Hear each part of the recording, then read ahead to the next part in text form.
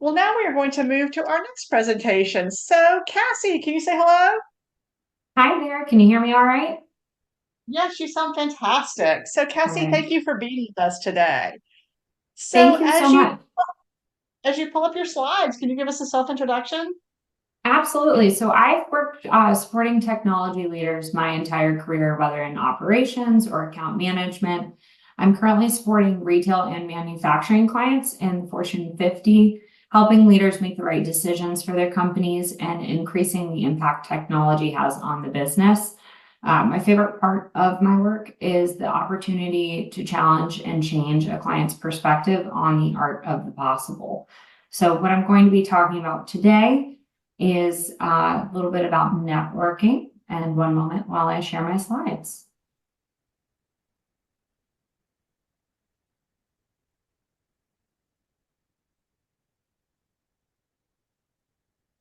Here we go.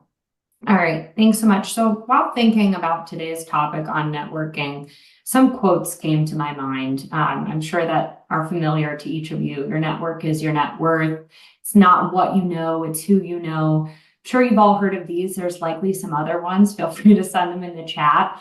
I think in the past, when I heard expressions like this, I misunderstood and felt like there was some sort of negative connotation, whether that's nepotism or, bought in places. But what I'd really like everyone to do, especially if you share that mindset, is challenging these assumptions, and how this has helped me to overcome at least, some of the fears somebody might feel around networking and really see the art of the possible. So something that's helped me a lot in networking is shifting my perspective.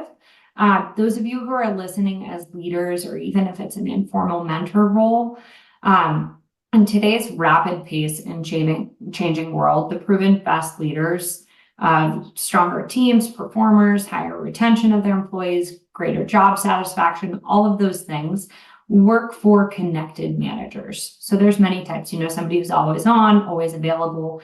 These connected managers connect you and actually do that networking for folks. I thought it was interesting, Abby pointed out how we can overcome challenges through networking. So this is something, again, that as a leader, if you're attending today as a leader or mentor, this is something you can do for folks on your team. But then for yourself personally and overcoming those challenges, I read a great book, highly recommend it, The Happiness Advantage.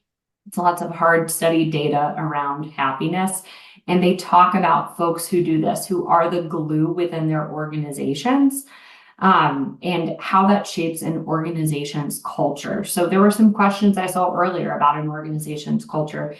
Networking within your org is a way to directly impact that culture later on. The more connected we are, the more rapport, it allows us to work more creatively and efficiently together and impacts your performance. Within this book, they actually go on, there's an MIT study at IBM where they looked, and there was a direct correlation between address book context and an organization individual's success. That's not just something like a salesperson with prospects in their Rolodex. It's truly any individual. And this made me think about Kat's story on brand and connectivity to accomplish that digital transformation. It's an excellent example of this and how that network she had built helped her achieve more. So after a little bit of framing here on the why and importance of networking, really want to dive into today's agenda item of investing in the how. And you all being here today, joining this group, you already have a huge leg up. You're focused on networking, I would imagine, to some aspect. But again, want to challenge folks to sometimes reframe how they look at networking. I think sometimes we go into a networking event, or the task of networking as, you're selling yourself, you're there to accomplish a specific task, get your name out there. And I think when you really look at this as helping others be more successful, it helps you be curious and be present and learn about them, and not linking this to accomplishing a goal you have. That wouldn't be networking. Networking is truly getting to know others and building that community, a lot of the times you don't even realize who you're building out your network and what it will be for at a later time.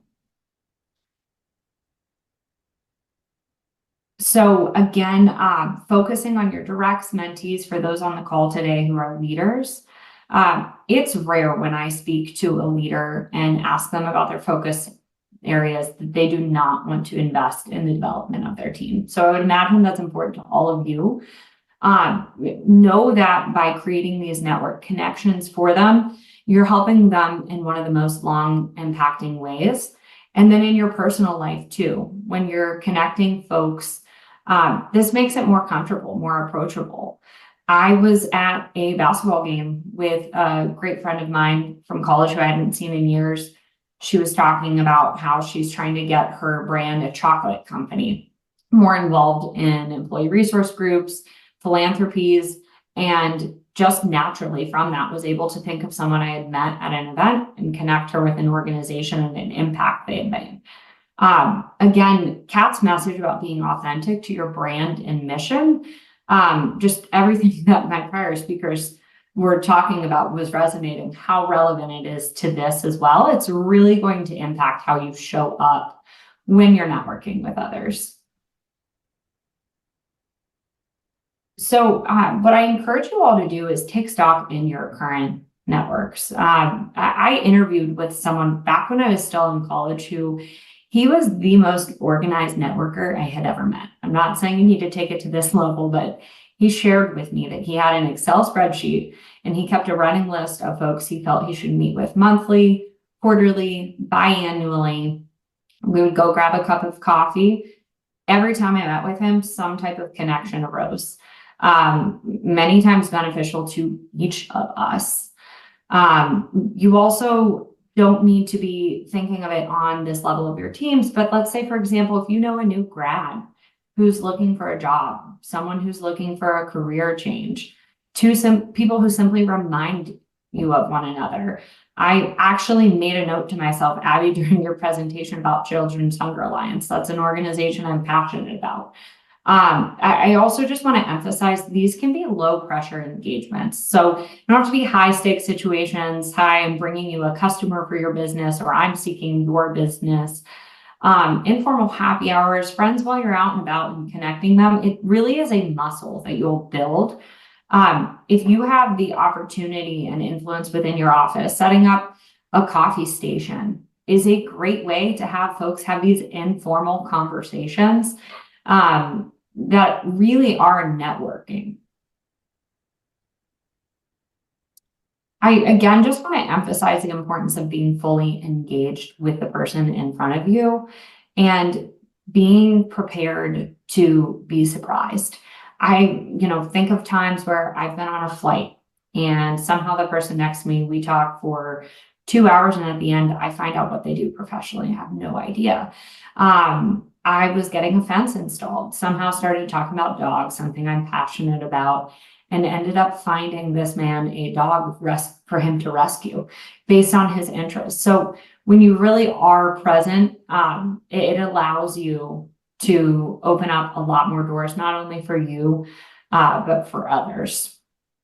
This is where this really will be reciprocated. So I know a lot of what I've mentioned here has been helping others, but I think that's a way for some of us to approach it and look at the discussion more authentically.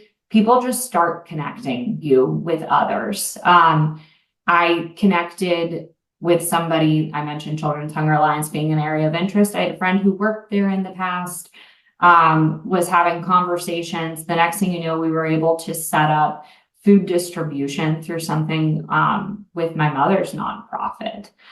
It spreads rapidly and it really is something that's contagious, and folks will then feel more comfortable approaching you. A lot of times others have this hesitancy, and if they've had that experience with you, they're much more open to it.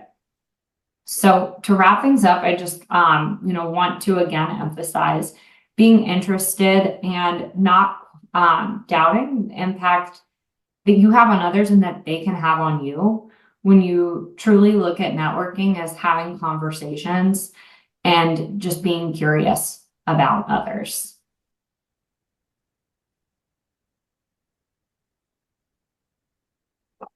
And I'm going to switch to stop sharing. That way I can see if there are any questions that came through.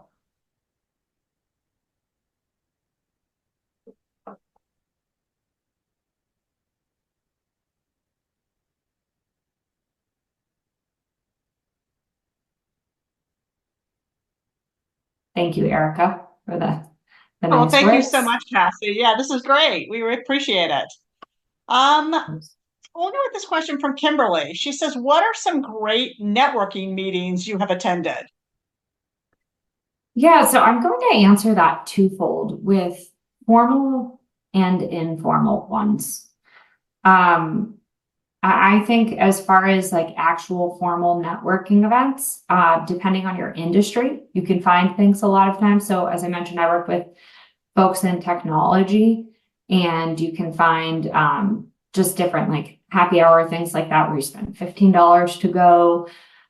Those have been really wonderful, and actually going completely alone, this sounds odd, but removed some of my fears because I wasn't with a teammate feeling like I had to say a specific thing, and can really help you shake some of those nerves. And then I think that's where you start to watch others who are natural at this, learn some of their skills, and then make it your own, being authentic. And then aside from that, I think the informal settings are some of the best networking interactions that I've had.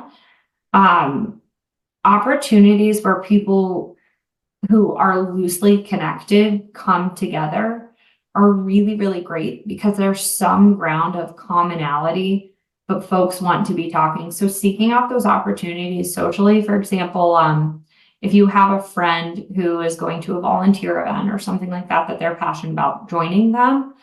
I find that folks are really, really open, and that's a great way for it to be more of a natural conversation that you can build upon. Well, thank you for that.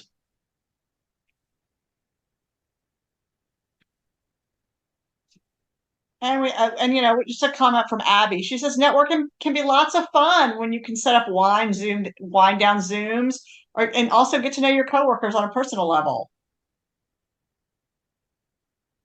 Absolutely. And that just goes to reinforce those informal settings and what it can be. I think sometimes we get ourselves so set on, I'm going to go to this event, I'm going to leave with 3 contacts and leads for XYZ if you're an entrepreneur or something like that. And I think we all know somebody where we use the expression, they're the mayor of, whether it's their town, their company, the neighborhood.